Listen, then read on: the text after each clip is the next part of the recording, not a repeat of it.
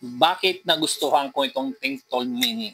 Para sa akin, napakasimple siyang gamitin bilang isa pong mekaniko, technician na gumagawa na isang sasakyan o kaya sinasamahan natin yung customer na bumili ng kanilang pong unit. At kapag ginamit po natin ito, kayang-kaya pong basahin po ang mga engine light on, transmission, ABS at the same time napaka-importante yung record na kinakailangan po natin maibigay sa customer. Katulad po sa bidyong ito, halos makikita po natin yung record. Kasi napaka-importante halimbawa kung isang customer po nagpa-diagnose sa atin, ginamitan natin ng scan after 1 week, hingian tayo ng record ng pagka-scan po natin. So mayroon po tayo may bibigay sa ating customer dahil po yung ating pong scan ay naka-record dito po sa scanner. Kaya napakasimple, napakaganda at hindi naman gaano siya kamahalan dahil halaga lamang po siya 13,400.